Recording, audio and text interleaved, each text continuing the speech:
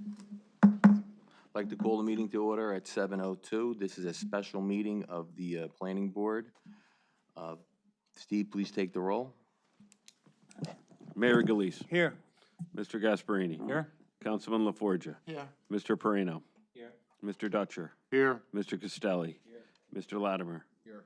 Chairman Cafone. Here. Can everyone stand for the Pledge of Allegiance?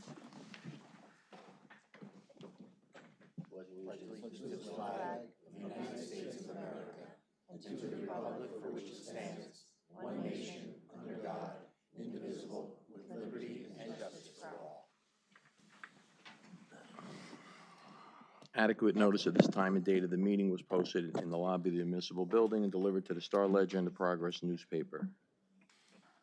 The first order of business will be approval of the April 14th, 2026 regular meeting. Do we have a motion to approve? So moved. Second. Mayor Galise. Aye. Mr. Gasparini. Aye. Councilman LaForgia. Aye. Mr. Perino. Mr. Dutcher. Aye. Mr. Castelli. Mr. Latimer. Aye. Chairman Cafone. Aye.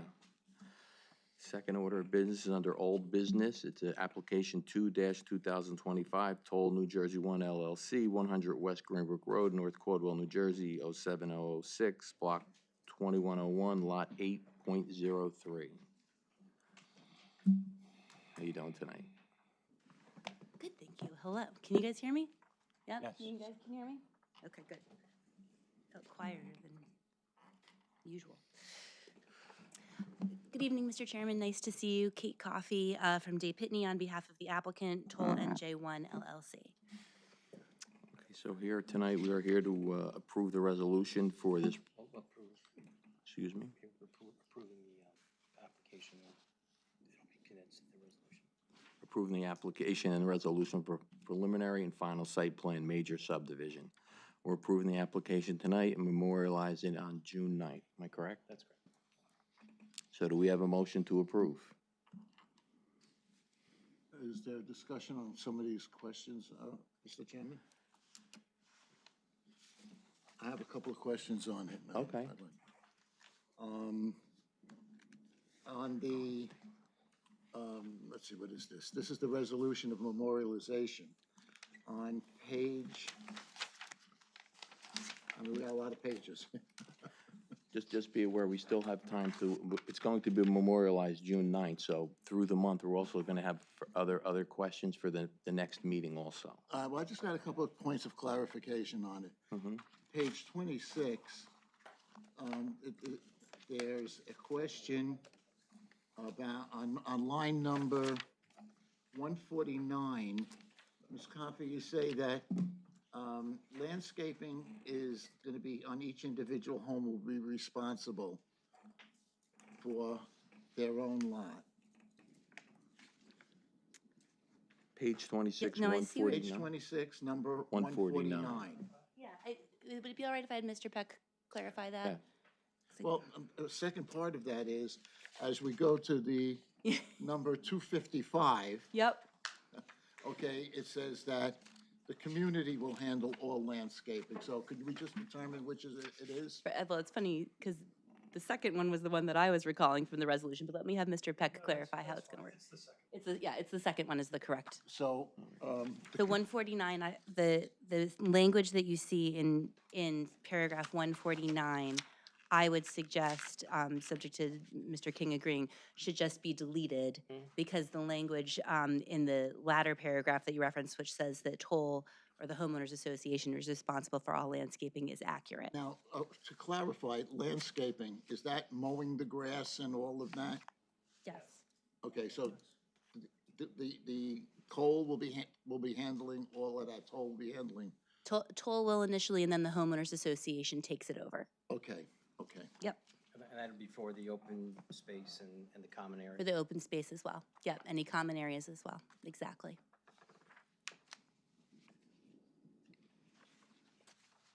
Are there any other questions from the board?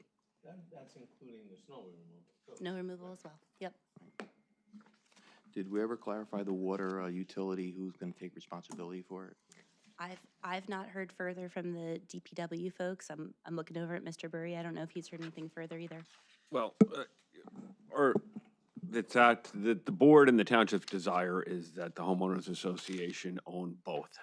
And we're not aware of any reason or any legal requirement for us to take ownership of it. And So- neither was the water or sewer Oh, good. department. We hadn't So. heard back until right now. Okay. So, So- and what we so said that's- is if we can without frustrating your BWSE permit, then we will. So, great. Okay. Any other questions from the board before we go for a vote? One, on the conclusions, page, let's see, no, it's number 35, but it's on the back section there, probably the conclusions of law. Number 35, when I find Is it page here. 66? 60. Oh, I'm Page sorry. 60. The question I have is, which phase of the development will the multifamily be built in? So we've talked about this before. Because of the way that the phasing requirements are for affordable housing, it's essentially the affordable housing will have to be built almost immediately, because I think you're permitted to have maybe it's 25% of market rate units. And at that point, you then have to build a certain amount of the affordable housing. But in order to get to that first installment, the whole building will be built. Right. So they're essentially going to be done concurrently. And certainly in accordance with the Uniform Housing Affordability Control requirements. But we'll end up having the affordable housing faster than what the Uniform Housing Affordability Controls require, because they're all in one building, if that makes sense. Okay, that's, for now, that's what I have. Sure. There'll be one other question. Okay.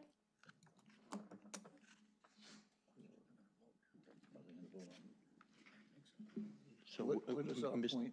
Our point is, if we have further questions within the month, Yes, we can bring them up at Yes. the next meeting, correct? yes. So we- right now, You're not approving the resolution. You're approving the application subject to codification in the resolution because there's 83 conditions. There's one other condition that we're gonna have to put in there. I spoke to the attorney about with regard to ownership. And we just have some language with regard to the bylaws, all those types of things. We want to go over that Okay. to resolve those as well. all right, well then, I'm just gonna bring up my point again here on the fact that the affordable housing building doesn't have an elevator in it. I just think that that's the wrong way to go. And unfortunately, the state doesn't give us enough of a leg to stand on with it by using a lousy word like generally in their law. And it doesn't confirm that it has to, but personally, I think it's a quality of life issue. And to not put one in the affordable building based on cost is just a wrong way to have a project. And I'd like that to be stated as my feelings. And that's all I have on this right now. No, I agree. I mean, we know what's legally required, but the developer, by not providing the elevator, to me, it creates a trade-off of money and liability. But we have nothing to do about it except get it on the record. We're not in favor of not having the elevators. And again, based on the fact, it's based on cost, which is not an item that we should be taking under consideration. It's the quality of life of the people that have to live there. And, you know, carrying bags of groceries, a refrigerator, a couch, or whatever, up and down 3 floors is just not really feasible. But you know, it's either that or go to court, and court, and court, and court, and then you end up somewhere.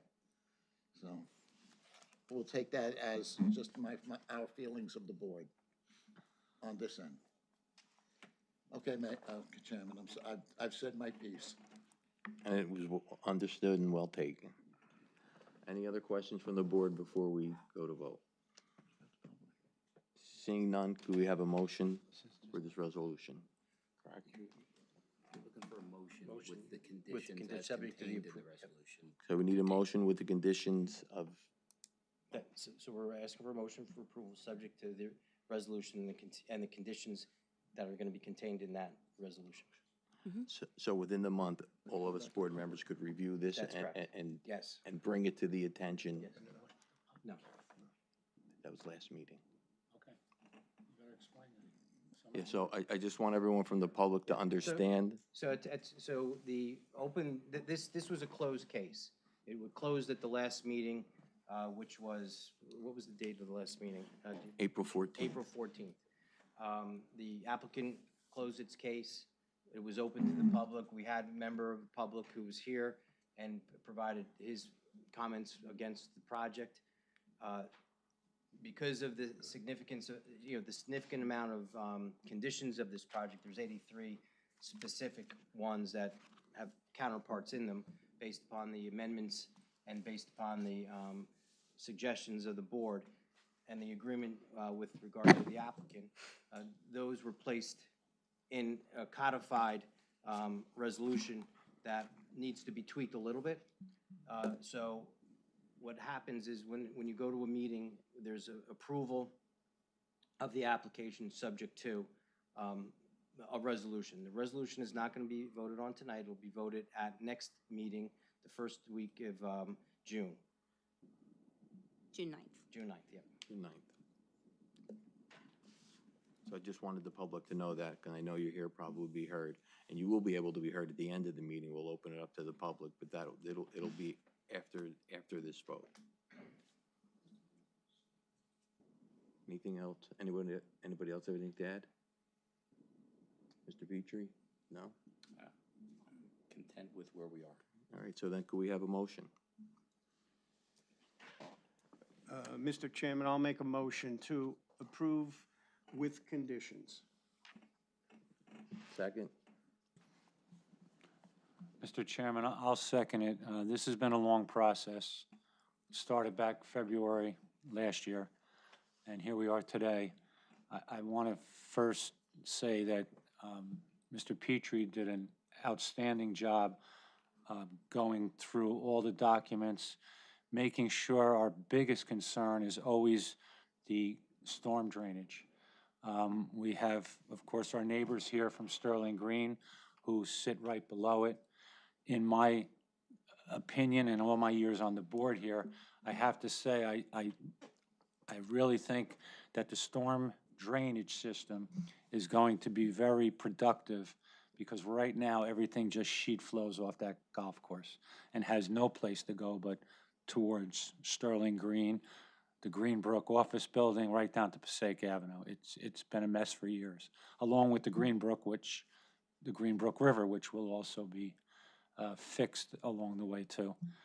And I also want to commend all the board members. This has been a very long application. We did our due diligence, our professionals, Burgess, and of course Steve Berry. We've done everything we have. We looked at every piece of this project, piece by piece by piece, and we came to the determination that everything satisfies what was originally agreed to in a legal settlement with COA, and here we are today. And I think when it's all said and done, I think Sterling Green you're going to be anxious why it's being built. I understand that, but I think in the end, everyone will be happy and satisfied that all of your concerns and anxiousness will be answered. And I think moving forward, everyone will be quite pleased. So I'll make the second. Thank you, Jim. Anybody have anything else to add? Seeing no one, can you take the vote?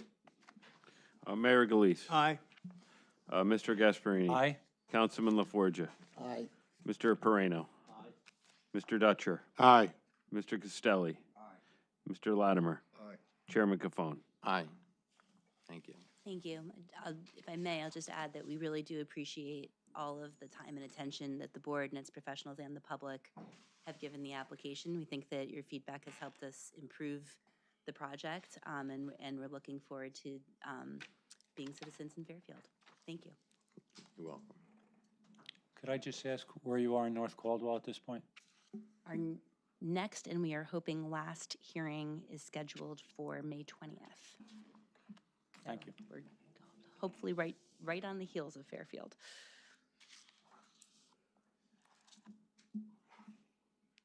Okay, so before we close, we'd like to open up the meeting to the public. Anybody would like to be heard? Say it again. May 18th, I'm sorry. Our last and hopefully final hearing is May 18th. Got a lot of hearings in May.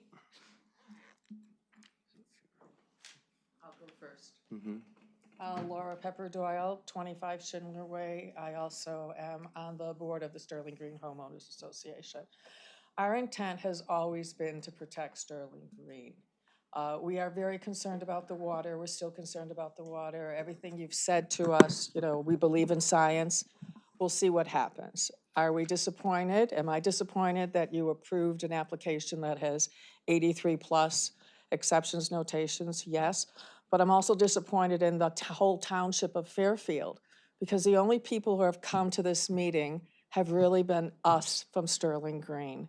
No other resident from, as I say, the other side of the airport has really attended this meeting. But they will be impacted when their school property tax bill goes up, and of course, if Passaic Avenue continues to flood. And the only way I know that realistically we can make change, even though this is a one-party town, is in the ballot box. But I'm just extremely disappointed that you approved it with so many exceptions.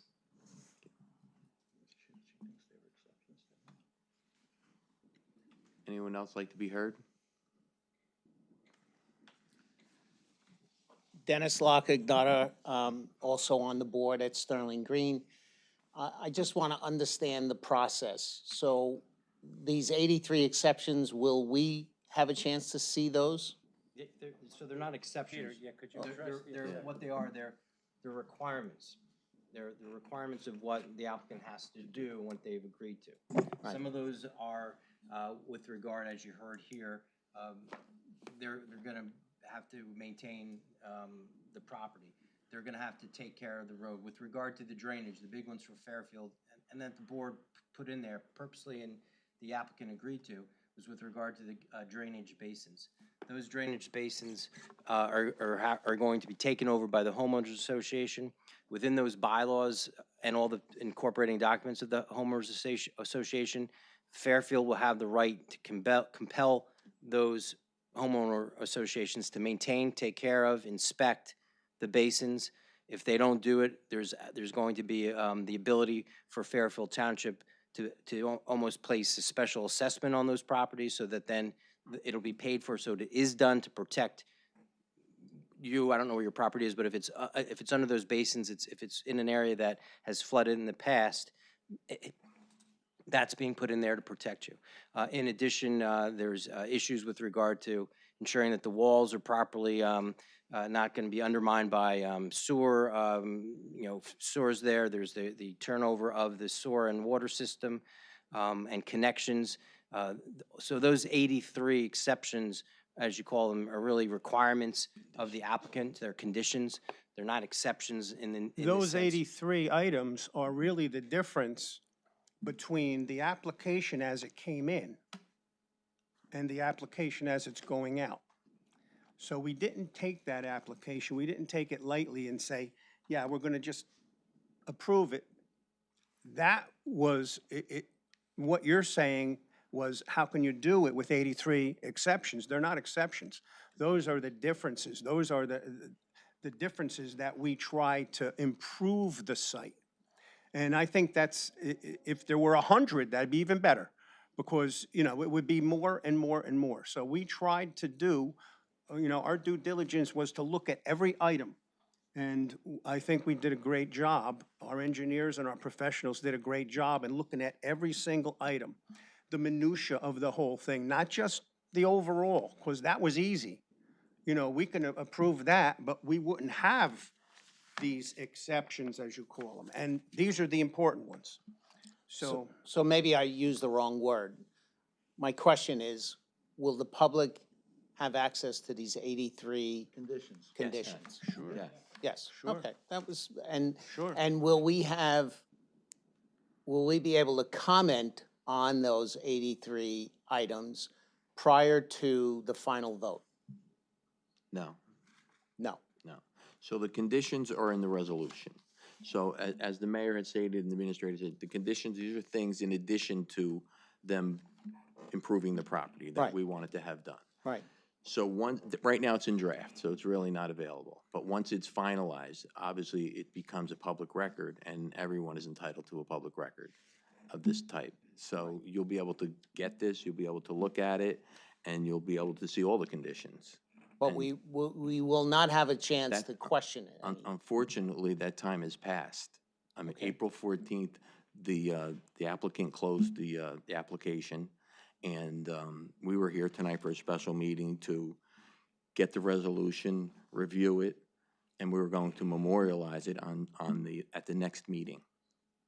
But the time to speak, unfortunately, has passed. That was April 14th, I believe. So if any of our concerns are not part of these 83 comments or exceptions, whatever you want to call them, we will not have any further opportunity to voice our opinions. So all of these conditions were discussed at the meetings, the various meetings. I think there was like 5 meetings. And it's on the record. If you review the video, you'll see that. And when the board basically said to the applicant, we think that this is a concern to the people that live there, we need you to do this, they agreed to it. If you can remember, the walls were very big. They were very close to homes. I was here. Part of Okay, it, yes. So those are the conditions. So by pushing those walls back, by lowering them, the applicant amended the site plan to facilitate that. They changed, the bridge. There was a lot of work to the access to the site, so it wouldn't be there would be no spillover, drainage. All those things are the conditions, and they're 83 and they're substantial. I will tell you that most resolutions this size probably have maybe 20. So this board and especially the engineers worked really diligently. They reviewed, and you'll see in the resolution, there's a list of all the documents they reviewed. That's part of this agreement too. There's conditions with regard to the applicant getting the approval in the site above, that if anything in there is different than what was presented here, they have to come back for changes. So there are safeguards built in to this resolution, conditions that they have to abide by, which they have agreed to. And if I may just jump in a minute, there are conditions also in there, because you remember early on, I think you were here, we talked about the landscaping between Sterling Green and the new project, Right. and how if you gave them permission, they would enhance that also. Right. So you said it's in draft. When would it be available approximately? It'll be available after we vote on it on the next meeting. And we'll make sure there's a So, copy of it available. I'm sorry. So it's not going to be available until the June meeting? That's Correct, correct. correct. So we have the draft. Right. We have all the conditions. There's a couple of tweaks in it. There's one other condition I have to put in here. I learned of something else that will further protect the application and the homeowners. So we just have to put that in there. It's gonna probably take 1 or 2 weeks. Then we'll send a draft to the board members. They're gonna review it, make sure they're good with everything, that we caught everything. You saw our board members actually making comments on some of them, so they've been working on this. And again, this is a 66-page document, single type. So there's a lot here. And it's not a simple, 20-page resolution. It's compact. It has all the testimony, the key testimony which supports these conditions being in this resolution are there. So it's a very complete document, and it really was done for the protection of the residents of Fairfield. And again, I'll say it again, you've heard it here, that the board acted with diligence to ensure that you were protected. I'm not questioning the board. I just want to be clear that this is still not going to be available to us, the residents, until it is finally voted on. That's correct. Okay. And Mr. Chairman, when is the next meeting? What's the date for June, so that they know? June 9th. June 9th. June 9th. June 9th is our next meeting, And like the mayor said, there'll be copies of it sitting on the dais for you. So that, right, so, but that's that's the only opportunity we'll have to look at that. Correct, because again, it's in draft form and it still needs to be And changed. essentially, I think throughout the meetings, essentially what is in here has been said already. It's been testified to, and statements have been made, really, to everything that's in here, with some minor exceptions. So whatever the minutes of past were, it's gonna be that. So you've seen it all in there, maybe not in its entirety, but in piecemeal. Anybody else like to be heard? Gary Rizzo, 11 Schindler Way. So you talked about, Jim, you talked about the drainage system, that you're all happy with it. It's a great system. I'm not a civil engineer, so I don't know a lot about it. But what I do know is I lived on the other side of Fairfield on John Street, and we had a drainage system.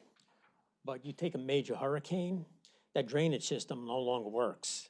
The drainage system doesn't flow into the river, it backs up, and it backs up into the houses. So I guess what I'm wondering is how would this be any different? Basically, this is, Mike, you want me to, can I start and you can finish, or? Sure, go ahead. You lived on John Street, Mike lived on John Street. I'm very familiar with John Street. Those homes and that drainage system were built back in the 70s? 72. 72, thank you. So it's a total different design. These are designed for those 100-year storms. The holding areas, the drainage system, it's all designed for that. What we have here is, and you know, this is just a history of Fairfield. Everything comes down, we're flat. Takes about 72 hours before it fills up, and then it does back up that way. But it's a totally different animal on that side of the Yeah, the that side of airport. town, I can attest, we don't have the river problem that you had at John Street. There's just so much between the river and where you guys are. It's quite different. That river issue and the storm sewer issue is really, has never been, in the last 40 years have I been there, an issue at all. So the people that have flooded in that area, it's not because of the river backing up the storms, the storm? Yeah, it is, exactly, where you lived before it. No, That's I lived before, but you're saying, not where you are now. Not where we are No, now. There's never been an issue with that particular problem. and even taking pervious land and making it whatever it is, 75, 80% impervious is not going to affect us with flooding. Well, the water would hit those pervious parts, like the houses, go into the drainage systems, rather than just hit the ground and come off. So it will be contained to that extent. And just for the record, it's not 75 or 80% pervious. Well, I just use that, I don't know I know, what it is. don't throw that out, don't please. It's no different than where you lived. It's 35% impervious is the max for every lot. 35% impervious, Yes. right? That's a law, right? Even if you're Yes, extending something, you can't go Yes. beyond 35%. yes, correct. All right, thank you. And it's actually more restrictive over in this new development because they're allowing 3,062 square feet total. No in-ground pools, so total on each piece of property. I do have one other question. So my other question has to do with the school systems. A few years ago in Fairfield, they felt the need, they had to expand, they wanted to build onto the schools. And at that time, there was a major thing that was defeated. Recently, there was another one where I know we're paying a separate, I don't know if it's a bond or whatever it is, but we're paying for it with our taxes. When you're building all these houses and it's not a 55 and over community, how on earth will our school system handle all these kids without affecting our taxes? Everything is cyclical. So there's time, you've lived here a long time, right? So you've seen the enrollment go up, you've seen the enrollment go down. There's a cycle, there's a whole study that's done on it. There's projections, even on this development, the projections for school. it's a balancing act, it always is. I'll let you know right now, before a shovel gets in there, probably before a house is even built, they're gonna go out for a referendum because they are a little tight. They've been tight. The last referendum they went out for was, in, I guess, the voters' minds, excessive. And I think they're gonna take another bite at the apple, and they're gonna sharpen their pencil, and there's new leadership over there, so I think we'll all be pleasantly surprised. I know, listen, I'm a senior too, and I know you're gonna say, but I'm a senior, I don't have kids in the school, but unfortunately, that's the state of New Jersey. But the bigger problem with the state of New Jersey is is 2 layers of government up, the state. Until they fix this school funding process, you're gonna have these referendums. That was just to operate the schools. It wasn't for infrastructure. And that's the problem. They're starting to talk about it now. We'll see what happens, but if they don't fix that, there's towns that are closing schools because they can't afford to But the run them. houses, like you said, there's not been a shovel in the ground, and already we got something in the mail from West Essex. Right. Yes, That they're, I don't know if it's a referendum or a a bond. referendum. It's a referendum for And that's November. before they build a house. Right. Correct. But again, when you look at West Essex, the buildings have been there forever. Okay, they're long-time buildings. They need infrastructure work. There's things that have to be done. And I believe there's a small addition that's going on with 5 or 6 classrooms, I believe it was. But it's things that have to be done. Buildings get old, they need roofs, they need plumbing, they need boilers. Things have to be done, and unfortunately, you can't pay for them out of your regular operating budget because you have caps. Yeah, I get it, but my concern is you build, I don't know the exact numbers, at 300 houses, 400 houses. It's 150. That's Fairfield side, right? But then they're gonna Oh, have. you're talking about West Essex now, I'm I- sorry. I'm talking about West Essex right now. So you have 150 here, another 150, 200 houses. You know, to me, we're gonna be shelling out a lot of money because they're not gonna be able to But just accept. to your point with the other communities, West Essex, they pay percentage-wise. So if more come in from North Caldwell or Roseland, that's, We pay that for helps us. ours. okay, I mean, percentage-wise, Right, for West Essex. right. No, my point is, whether it's percentage-wise or not, Right. you can't just absorb No, kids from no. 150 houses. We are not under the illusion that there will be no more enrollment. There has to be. Right, so, I mean, I hate to say it this way, it's just gonna get a lot more expensive for Fairfield residents. That's it, that's all I have. Okay, Thank you. thank you, Gary.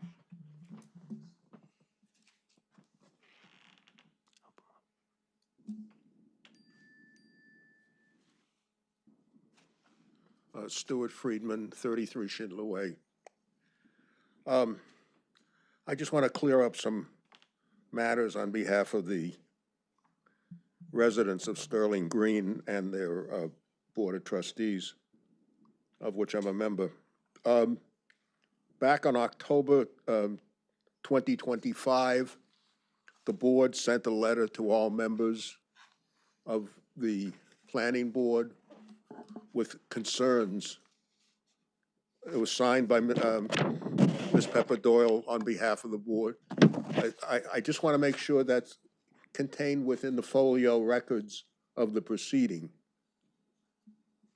Can someone help me, counsel? Peter, I'll show you a they copy. sent a letter to the board, and Steve has it in the file, right? Yeah, yeah. Do you have an extra copy? I do. Okay, if you could. I'll give it to, yes. In conjunction with that, that was not written in a vacuum. At the time, we were aware that North Caldwell was having, say, a more litigious struggle with Toll Brothers and the governing body, but not to get involved in that. They distributed a fact sheet which included a lot of allegations that involved the governing body, which we don't subscribe to since we don't know anything about that. But they did highlight matters which we highlighted in our letter to you, which included traffic, the flooding situation, and decreased property values, which I think were consistent in one way or another, form the gravamen of what we were complaining. Just wanted to introduce that so that this would be attached to that letter. It can't be because it wasn't submitted before tonight. The hearing closed at the last meeting.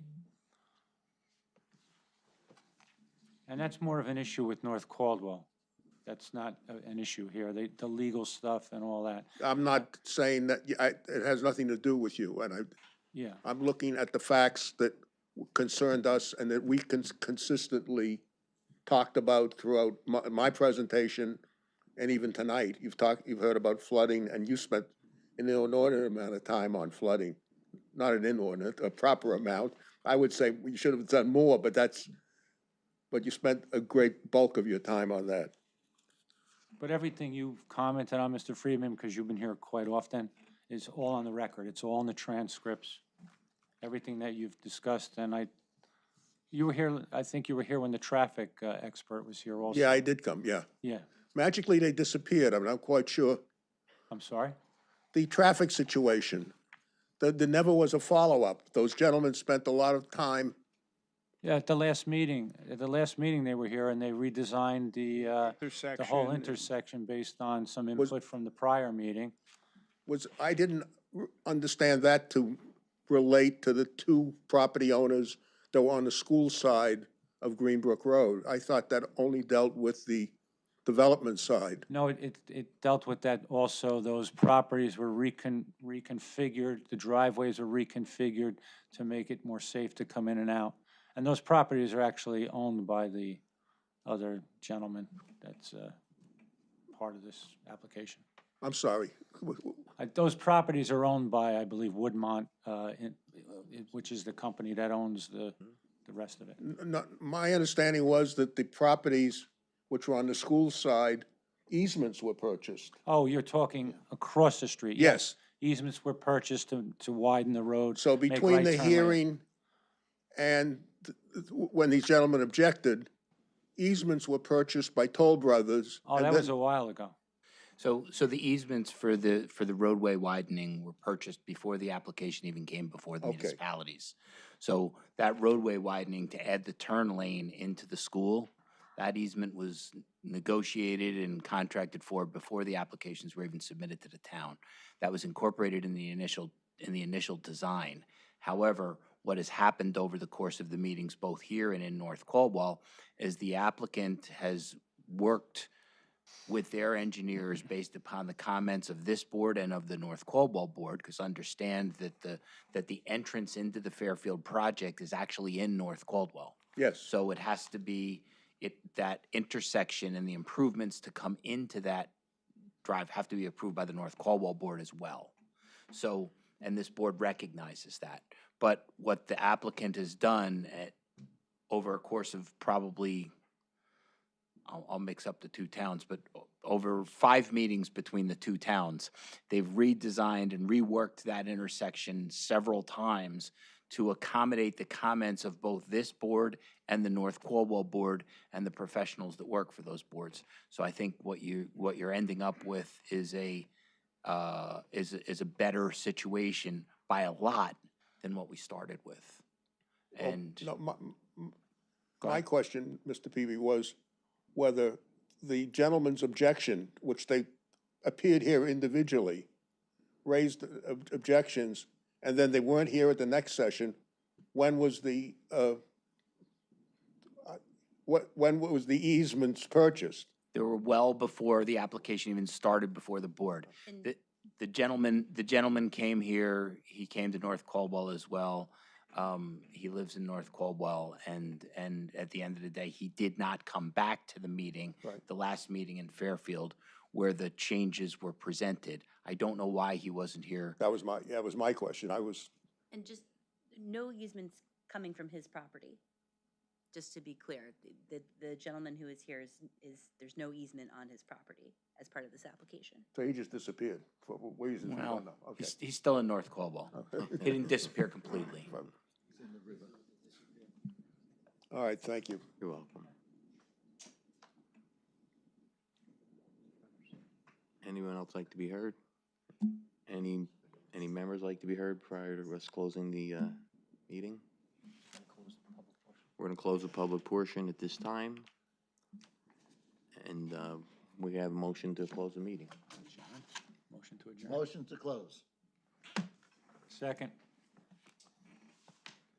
Mayor Delise. Aye. Mr. Gasparini. Aye. Councilman LaForgia. Aye. Mr. Pareno. Mr. Dutcher. Mr. Castelli. Mr. Latimer. Chairman Capone. Aye. Okay.